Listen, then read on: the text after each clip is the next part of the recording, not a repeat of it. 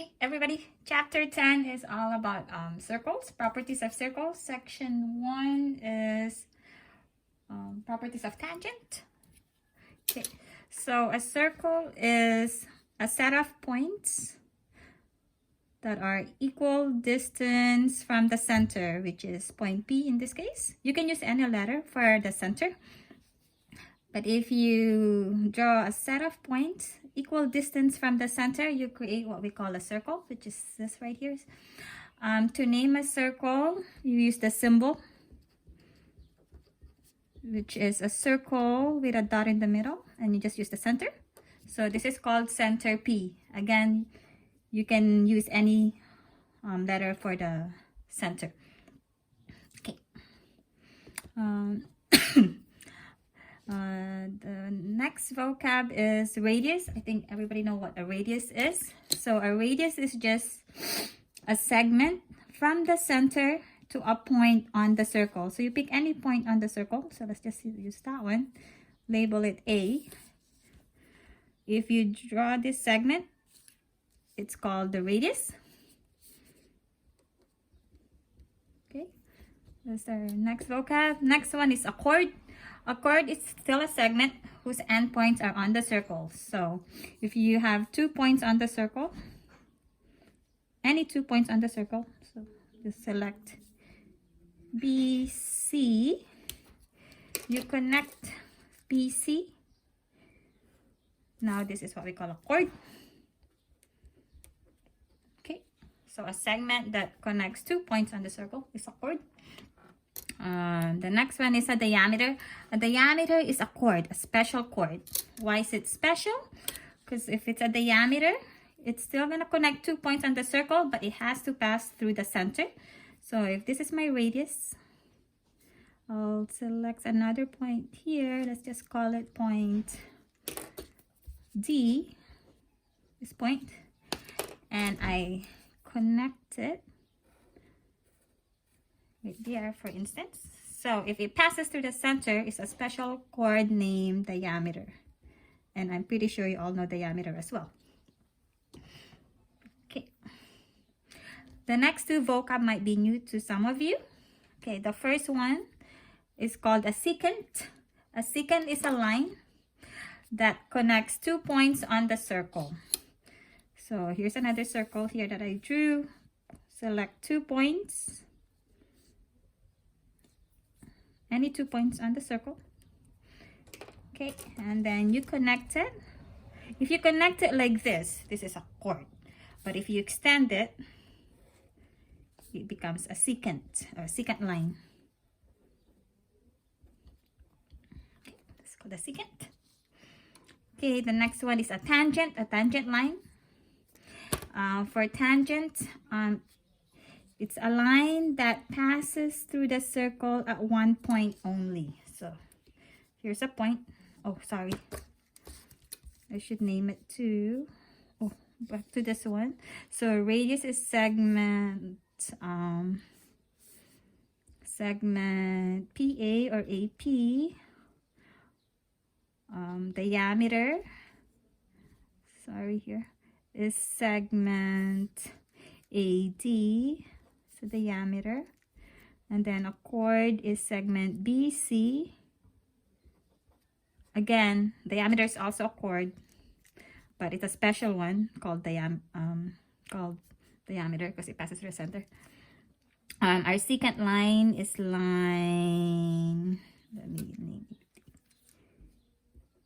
it EF. So line EF is our secant. Okay, and now we have to draw a tangent line. So tangent passes through the circle at one point only, like this. Okay, so here's point G, H. So line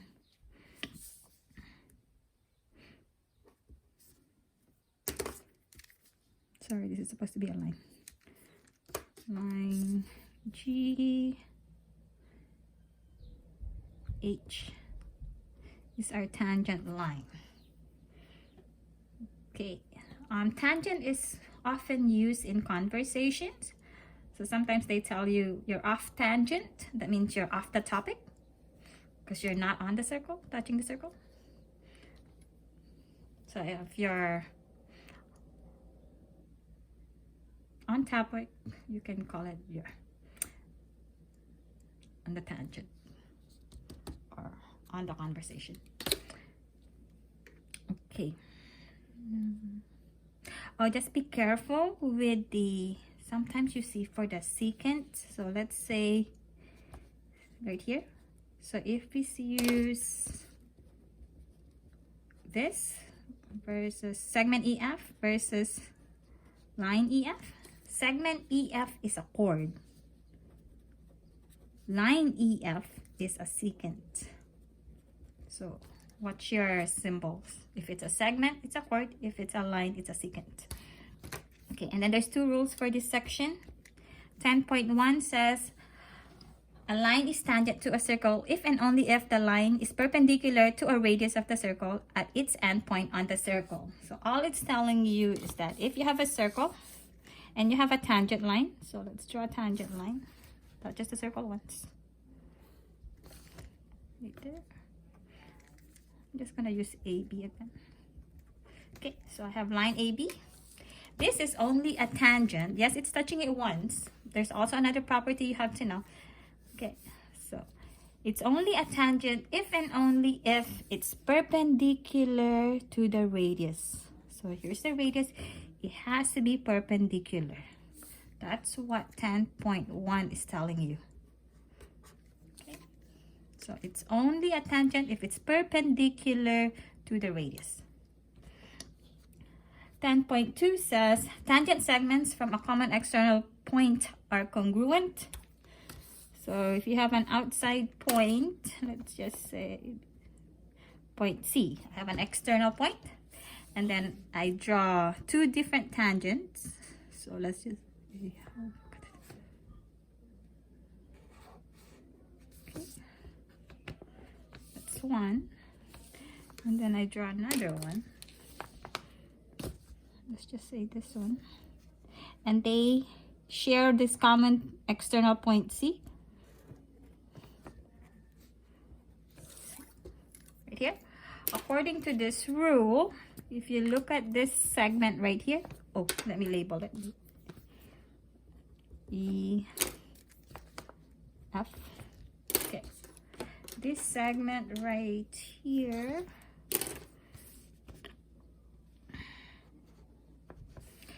is congruent to this segment here. They're the same length or equal length. So this is congruent to that. So segment EC is congruent to segment FC. This one here says line BA is perpendicular to segment PA. Those are your two rules. Okay, let's go over the examples quickly. Okay, first one says, ignore the background noise. Determine which one is which. So no, letter A, segment RT. Segment RT is right here. Again, you can name it a chord, but the best answer is a diameter because it passes through the center. Okay, letter B says ray WT. I know it's a ray, but you guys should know it's part of the tangent XW. So you can also call it a tangent. It's a tangent ray. So letter B is a tangent.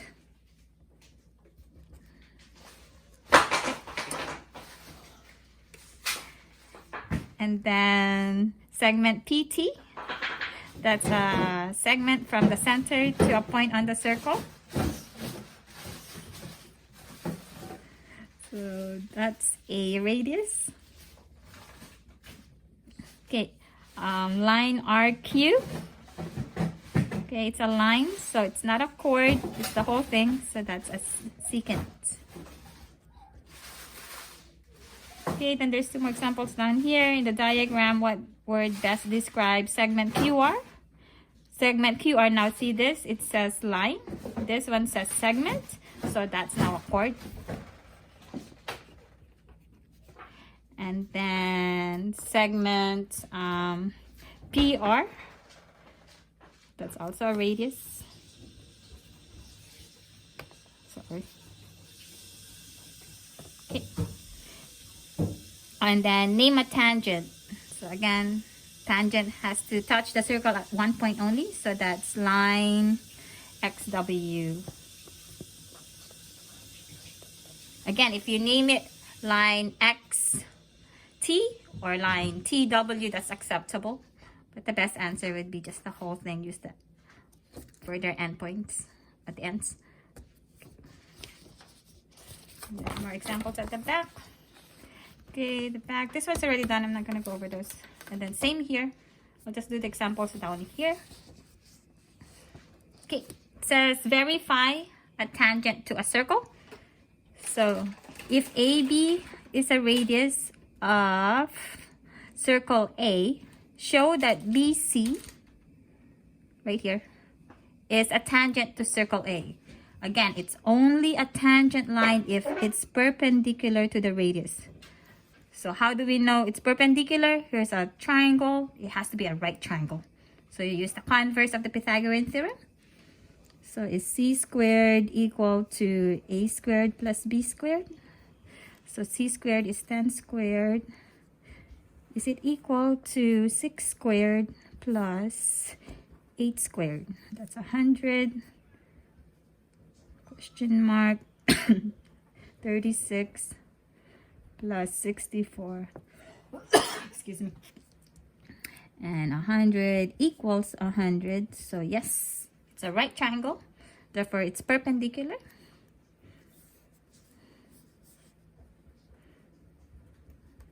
Therefore, segment CB is perpendicular, or BC is perpendicular to segment AB. Therefore, BC is a tangent segment.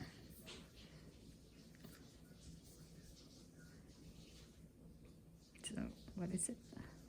Sorry, I wrote CB here, it's supposed to be BC, but it doesn't matter, sorry. My white out. I forgot my white out. Oh, right there, found it.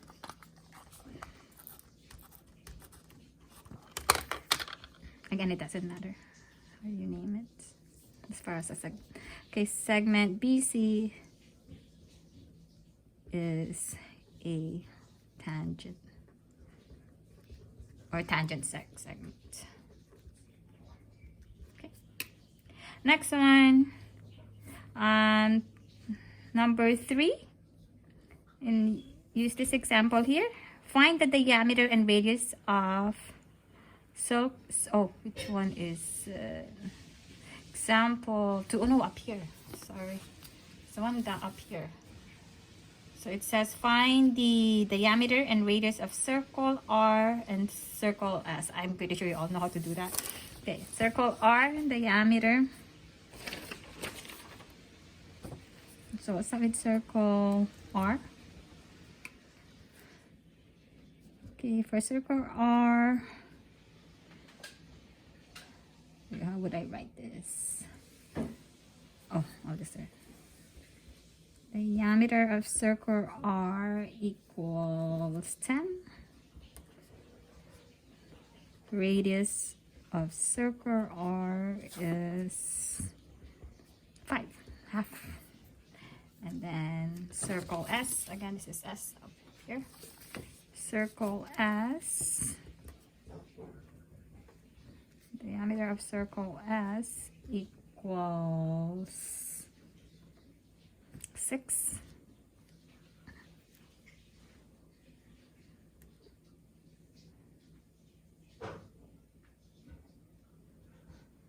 And then radius is half of it.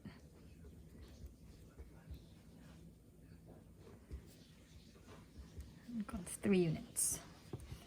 Okay, number 4, tell how many common tangents do they have. So a common tangent is tangent line that they both share. So this one has this. If you draw it this way, that's a common tangent. They're sharing it. It's 1. There's another one here.